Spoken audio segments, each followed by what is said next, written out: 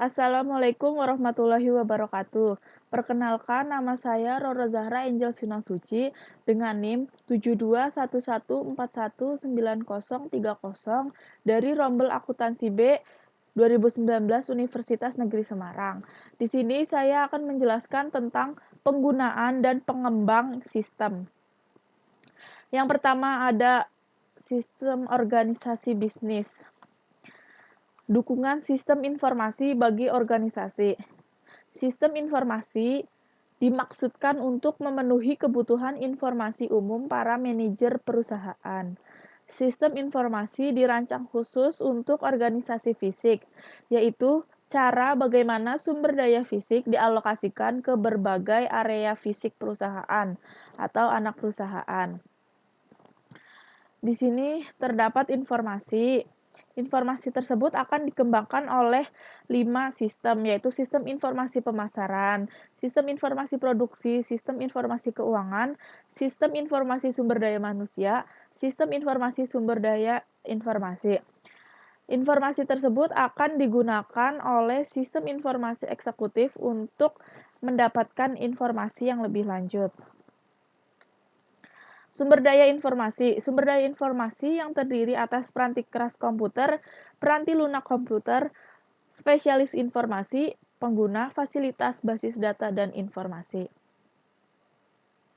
Spesialis informasi. Spesialis informasi terdiri dari analisis sistem, yaitu pengguna yang mampu mengembangkan sistem-sistem baru dan memperbaiki sistem-sistem yang sudah ada.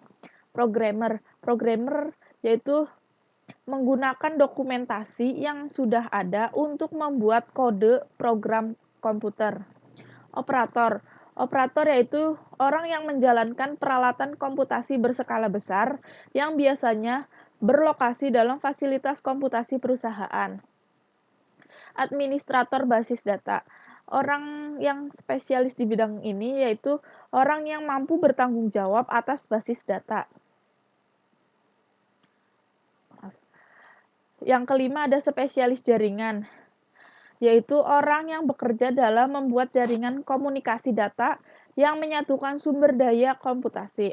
Yang keenam ada webmaster, yaitu orang yang bertanggung jawab atas isi dan penyajian situs web perusahaan.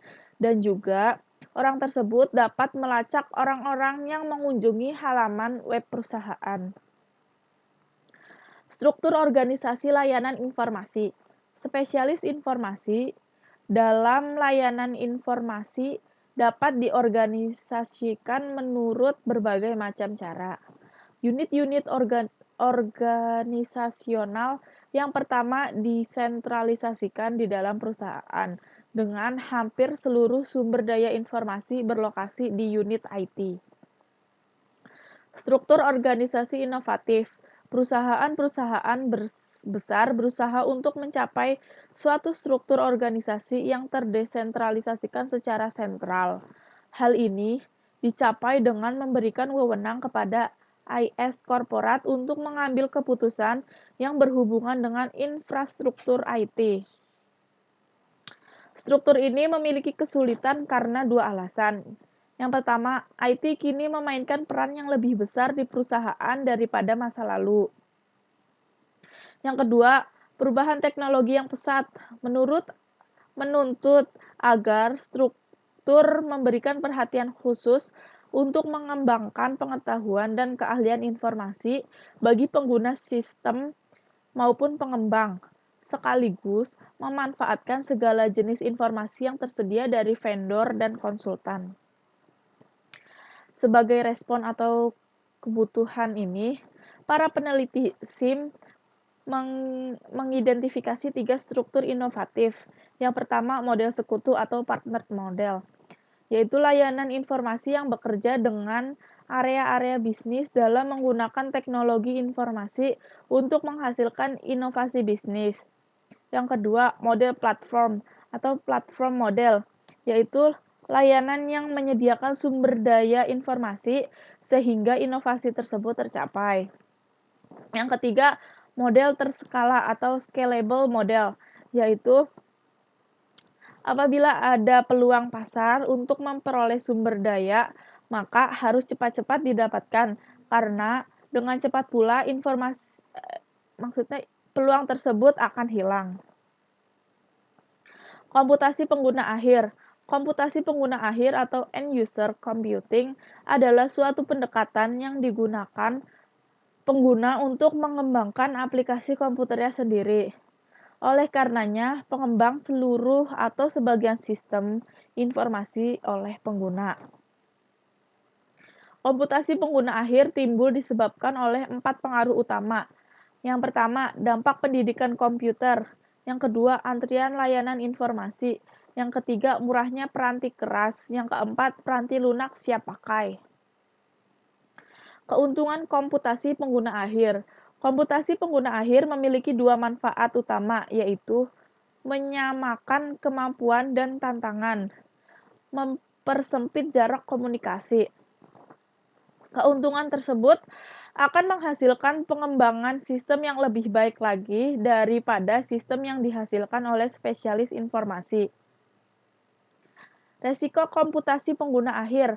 Ketika pengguna akhir mengembangkan sistem mereka sendiri, maka akan menghadapi perusahaan kepada sejumlah resiko sebagai berikut. Yang pertama, sasaran sistem yang buruk. Yang kedua, sistem yang dirancang dan didokumentasikan dengan buruk. Yang ketiga, pengguna sumber daya informasi yang tidak efisien. Yang keempat, hilangnya integritas data. Yang kelima, hilangnya keamanan. Yang keenam, hilangnya kendali. Kantor maya.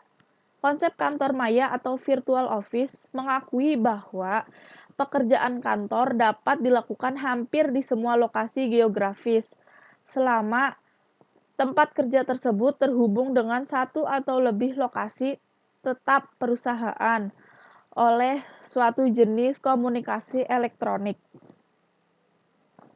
Telecommuting, keuntungannya fleksibilitas, yaitu fleksibilitas dalam menjadwalkan tugas-tugas pekerja sehingga tugas-tugas pribadinya juga akan mendapat akomodasi.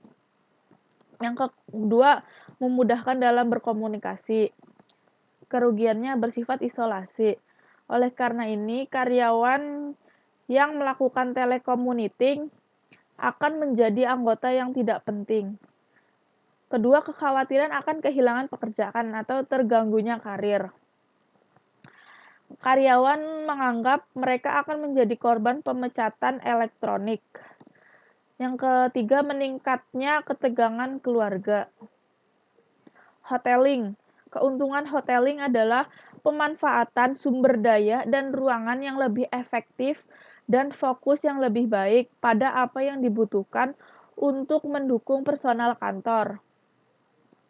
Resiko hoteling meliputi anggapan akan hilangnya bonus oleh para karyawan yang tidak memiliki ruangan kantor pribadi, hilangnya perasaan berada dalam suatu komunitas, dan yang terakhir, potensi dampak negatif pada budaya korporat.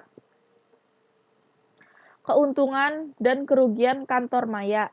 Keuntungan kantor maya yaitu biaya fasilitas yang lebih rendah, biaya peralatan yang lebih rendah, berkurangnya penghentian pekerjaan, kontribusi sosial. Kerugian kantor maya yaitu moral yang lebih rendah, karena tidak adanya timbal balik yang positif antara bawahan dengan atasan. Kekhawatiran akan resiko keamanan. Sekian dari saya, kurang lebihnya mohon maaf. Wabillahi taufik wal hidayah. Wassalamualaikum warahmatullahi wabarakatuh.